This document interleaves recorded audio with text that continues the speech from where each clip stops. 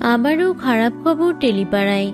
একদিকে যেমন নতুন নতুন ধারাবাহিক আসছে, ঠিক তেমনই শেষ হয়ে যাচ্ছে চলতি ধারাবাহিকগুলি। সম্প্রতি জগদ্ধাত্রী এবং ফুলকি শেষ হয়েছে, তবে পল্লবী বিশ্বরূপ এবং রাজদীপ কৌশিকী জুটি সেই শূন্যস্থান পূরণ করেছে।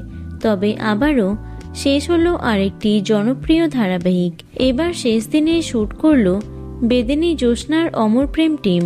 হ্যাঁ, এসআইটি বেঙ্গলের পর এবার শেষ হয়ে গেল বেদেনী জ্যোৎস্নার অমর প্রেম।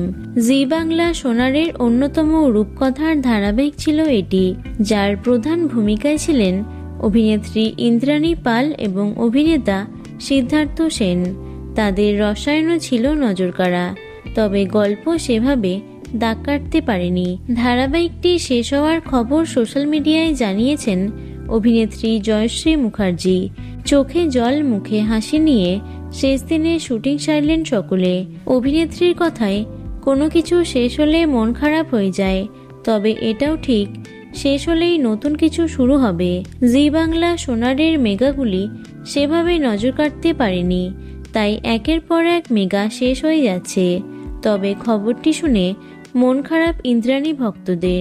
আগামীতে তাকে আবারও মুখ্য ভূমিকায় দেখতে আগ্রহী ভক্তরা।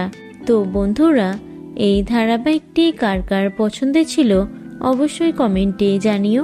ভিডিওটি লাইক এবং শেয়ার করো।